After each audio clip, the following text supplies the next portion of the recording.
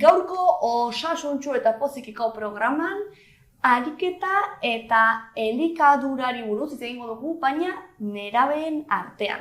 Horretarako, Maite Lazkano dugu gurekin, erizaina dena, kaixo Maite? Opa, itxaso. Orduan, elikadura eta ariketa fisikoa, hori bai modu osasungarrian uztartzeko edo hori adin guztietan egin behar da, baina bai nerabezaroan, eta gainera orain bizi garen garaian, batzutan zaila da nerabea, mugiaraztea, ez? Nola egin hori jolas aktibo batzuk eta sustatzeko, haien artean eta mugitzeko, nerabe eta inkluso igual aurren artean ere, ez? Bai. Nerabetasuna epoka ez, bai, momentu zaila da. Zaila da, baina bai, pixkat, bidea egin behar zaiez, elikadura azkenean garrantzitsua da, eta hori ere inkulkatu behar zaiez. Nola egin daiteke? Klasean eman daitezke tailerrak, erakutsi daitezke gauza asko, baina pixkat, igual minimoak edo gauza basiko batzuk bai erakutsi behar dira. Bai egia da baita ere ez, igual aurretan erabezaroan, printzipioz eskoletako jantokietan eta geratzen baldin bazara printzipioz elikadura orekatu bat ere izan beharko zenukeela, ez? Bai. Gainera, nik ikastolan joanean, elikadura ona zen, baina orain lan egin dut jantoki batean eta sartzen diote kaina elikadurari, egiten dute guztia integrala. Sartzen dizkiote kolore asko, gero ere egiten dute gauzak nik janez dituana jantokian.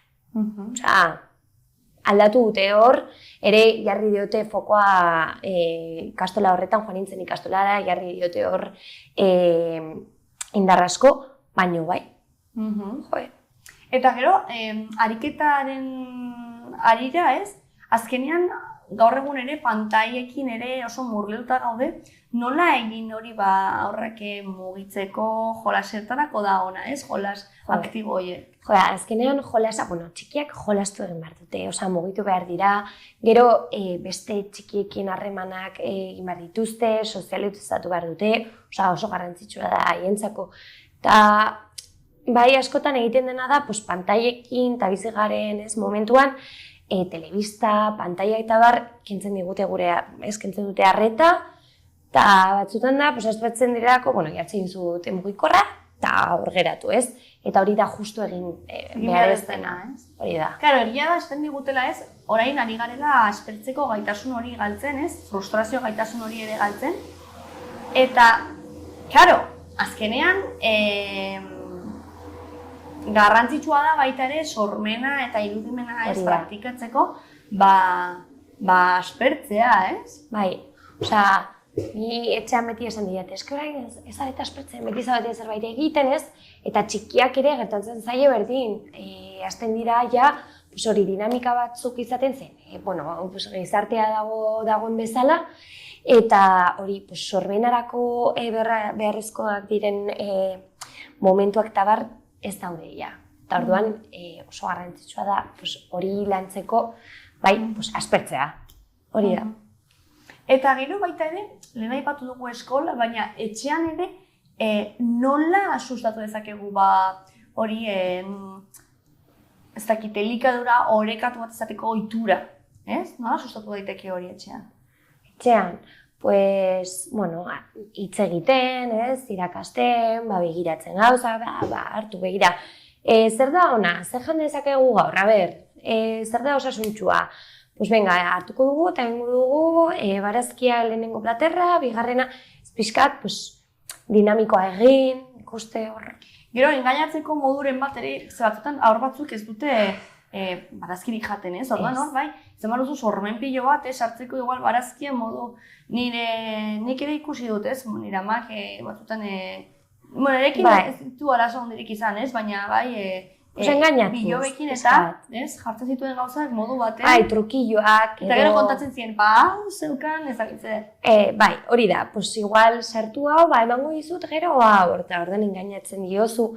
Gero ere, koloreak asko egiten du, eta azkenean txikiak nik ikusi dut jantokian ikusten dute berdea platerrean eta ez dute nahi. Hori da. Da igual, oso ona egotea edo ez, ez dute nahi. Zen, koloreak ez du bisualki erakartzen.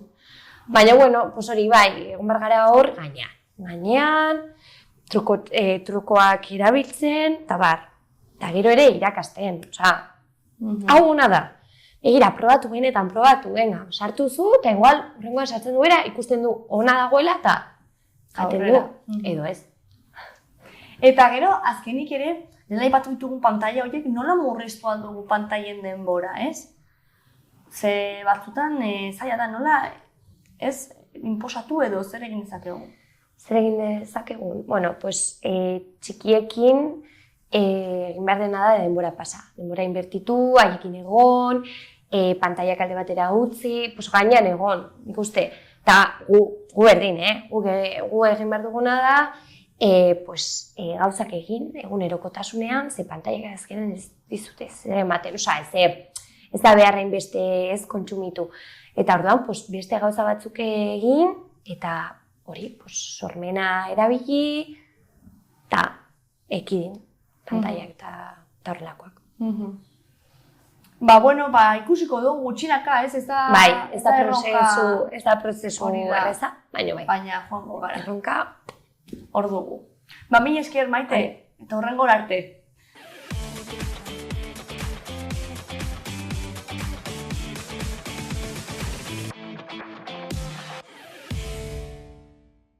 Ariketa eta elikadura haurrentzat eta nerabentzat osasun prebentiboan. Haurren eta neraben garapena oso fase garrantzitsua da bizitzan eta ariketa fisikoa eta elikadura osasungarria funtsezkoak dira osasuna mantentzeko eta gaixotasun kronikoa prebenitzeko. Ona nola laguntzen duten. Haurren ariketa eta elikadura. Hazkunde eta garapena, haurrek elikadura orekatu bat behar dute, proteinak, karbohidratoak, gantzo osasungarriak eta vitaminak barne hartzen dituena, haien gorputza eta garunaren garapen optimoa lortzeko. Ariketa fisikoa, jolasean, korrika egitean eta bertzelako ariketa motetan haurrek bereziki esteak eta muskuluak indartzen dituzte. Ariketa fisikoa berezko gaitasuna garatzen laguntzen du eta sistema kardiobaskularra indartzen. Obesitate saihestea, jarduera fisiko eta elikadura osasungarria haurretan obesitatearen arriskoa murrizten dute, baina flora osasungarria eta digestia ona lortzen ere. Neraben ariketa eta elikadura. Garapen fisikoa. Nerabek behar handiko nutrienteak dituzte, hala nola kaltzioa hezurrak sendotzeko, burdina anemia prebenitzeko eta proteina muskuluak indartzeko. Nerabek elikagai orekatuak behar dituzte haien garapen fisiko eta hormonalak laguntzeko. Ariketa fisikoa, adibidez kirolak eta ibilaldiak, neraben artean kardiobaskularreko gaixotasuna prebenitzen laguntzen du eta mental osasuna hobetzen, estresa eta antsietatea murriztuz. Gainera, funtzio fisiko orokorra hobetu egiten du eta energiaren kontsumoa orekatzen. Estilo osasungarria. Elikadura orekatuak eta ariketa fisikoak neraben autoestimoaren eta ongizatearen funtsezko osagaia dira, batez ere, bizitza osasungarri eta aktibo bat mantentzen laguntzen dutelako. Gaixotasunen prebentzioa, obesitatea, diabetesa eta gaixotasun kardiobaskularrak nerabetan prebenitzeko elikadura orekatuak eta ariketa fisikoak oso garrantzitsuak dira. Adimen mentala eta emozionalak. Ariketa fisikoak neraben adimen eta emozioen osasuna hobetzen du, autoestima eta autoestimu positiboa orekatuz.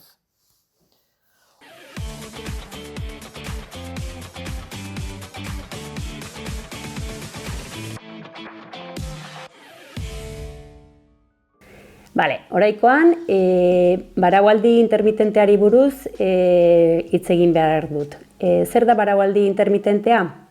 Funtsean, jateko eta ez jateko aldiak txandakatzea da. Ohiko eredua izaten da 16-8 ordukoa. 16 orduz jangabe egon eta 8 orduko tarte horretan janari osasuntsu bat egitea. Zein dira onura nagusiak? Ikerketa ugarik esaten dute, onura posible batzuk direla, pisua galtzea alde batetik, kaloria kontsuma murrizten delako, eta gorputzak gantze reserba eraginkorrago bat erabil ditzakelako. inflamazioa gutxitzea, hainbat biomarkatzaileek hobera egiten dute. Gero, autofagia prozesua martxan patzen da, hau da, gorputzak garbiketa prozesu bat aktibatzen du eta zelula zarrak eta hondakinak ezabatzen ditu edo botatzen ditu. Eta gainera, osasun kardiobaskularrean ere hobekuntzak ikusi izan dira, kolesterola eta tentsioa barne. Nola eragiten du baraualdi intermitenteak intsulinarekiko sentikortasunean eta metabolismoan? Glucemia mailak jausten ditu.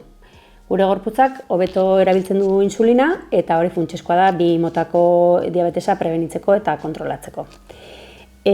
Gorputzak gantzak energia iturri gisa erabiltzen hasten da eta horrek metabolismoaren eraginkortasuna hobetu dezake.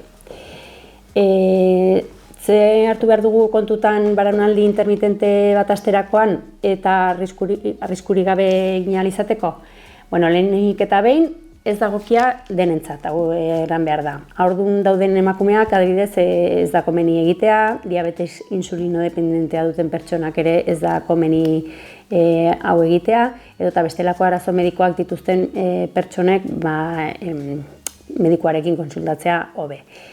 Baraunaldia pixkanaka hasi behar da, gorputza ohitzeko ohitura hauetara, eta hidratatuta egotea funtsezkoa da, baita baraualdi garaian ere. Ura, kafea edo infusioak hartu ahalko dira baraualdi ordu hauetan. Eta janarien kalitateari erreparatzea noski importantea da. Ez da gozea pilatu eta gero edo zer janalizatea, baizik eta elikagai osasuntsuak hautatzea izango zen jateko ordu horietan. Modu egokian eta azken finean modu egoki batean eta arduratsu batean egiten baldin bada, onura onak izan ditzazke gure gorputzarentzako.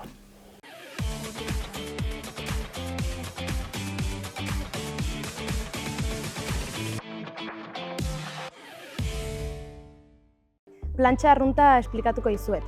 Lehenengo posizioa hartuko dugu, kuadrupedian, bale? Eta hemendik hankak luzatuko ditugu eta saiatuko gara gorputza ahalik eta neutren mantentzen. Tripa gogortuz eta hemen bi aukera izanen ditugu. Hemen mantentzia edo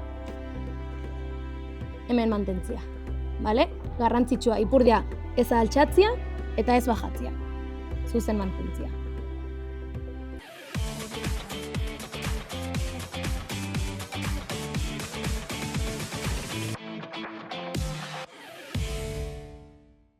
Orain, gure bizkarrezur goian dagoen hezur eta muskuloak mugitzeko ariketa erakutsiko dizuet. Egin dezakegu belaunak tolestuta edo zutik. Beti kontuan izan, pixka bat bularrak atera, lepoa ongi mantentzea, ez hemen, eta holako kontzientziarekin ariketa guztiak egin. Orduan, makila albo batetikan hartuko dugu eta aurrean izanen dugun makila atzera botako dugu. Begirada goruntza mantenduta. Ez bagara hainbeste heltzen, ez da ezer pasatzen. Egin dezakegu hemen edo hemen, baina beti gora begira eta ariketa hau 10 8 mugimendu egin ditzakegu. Batekin eta bestearekin. Mugimendu hauek ere egin ditzakegu altxatuta. Beti kontuan izan da, pixka bat belaunak tolestuta eta bularra kanpora. Fijatzen dut hemen aldaketan eskua eta atzera egin dezaket. Albo batera, 8 mugimendu, beste albora 8 mugimendu. Eta gero, kombinatu mugimenduak. Holako ariketak egiterakoan eta gure sorbaldako mugimenduak hobetzerakoan, nahita ez gure bizkarrezurreko postura hobetzen da.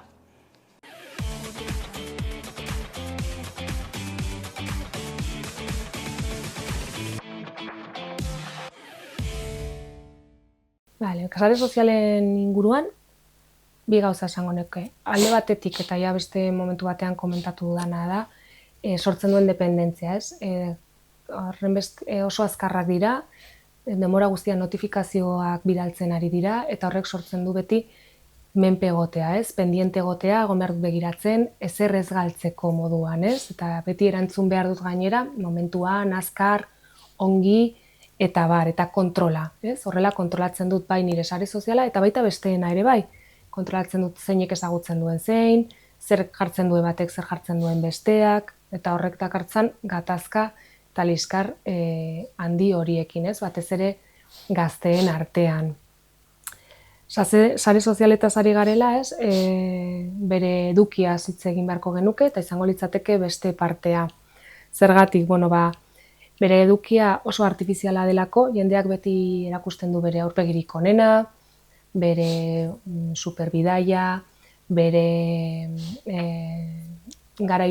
logroak edo lortu dituen gauza horiek, ez? Lortu dute ez dakizin tituloa edo horrelako gauzak, edo beti festaz festa lagunekin eta oso polita, eta horrek sortzen du konparatzeko behar edo sentimendu hori, eta orduan beti gertatzen dena da, edo askotan gertatzen dena da, azpitik ikusten garela, gure realitatea ez delako horrela, baina ez gara konturatzen beste realitate hori ere ez dela osorik, ez dago osorik, bakarrik dago momentu polit hori hor jarrita, autoestiman eragiten du orduan. Sare sozialetan gainera oso eduki negatiboak daude, oso diskurtso polarizatuak daude, zer den ona, zer den txarra, horrelako gauzak, ez?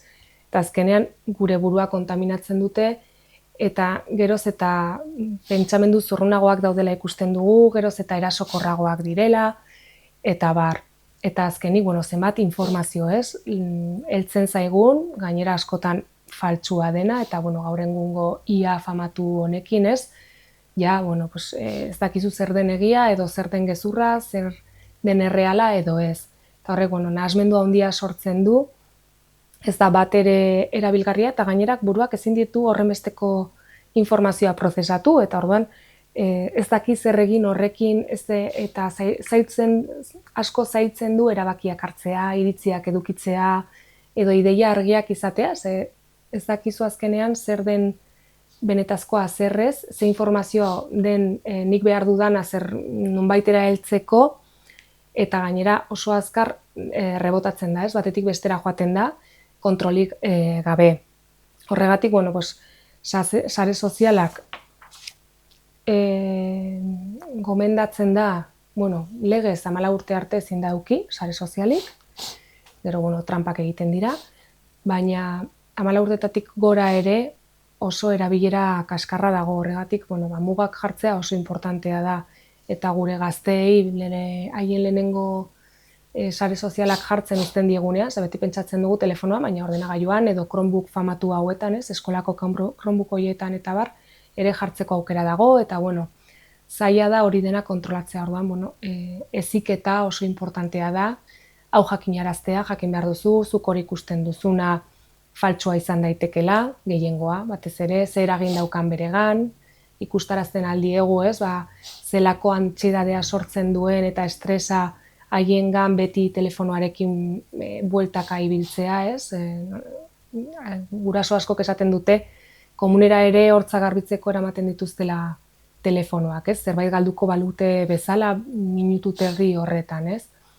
Eta noski, heldu bezala ere eredu izan behar gara. Azkenean ikusten gaituzte denbora guztian zer gauden egiten, eta guk ere hortan parte hartzen baldin badugu, gero ezin diegu besteei esan hori egiteko, hori egin ezin dutela, ez? Bulegora ez, gure bulegora etortzen dira askotan gurasoek, ez dakitelako nola kontrolatua orduan. Oso argi izan behar dugu hasieratik jarri behar direla mugak eta hasieratik heziketa egin behar dela.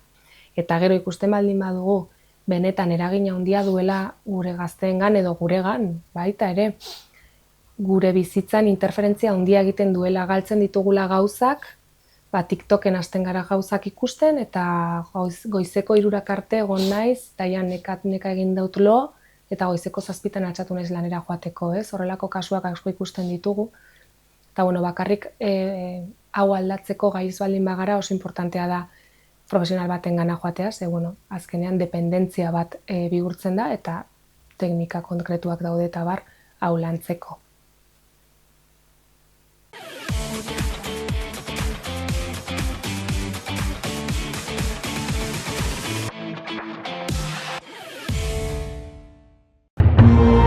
Gobierno de Navarra. Nafarroako gobernua.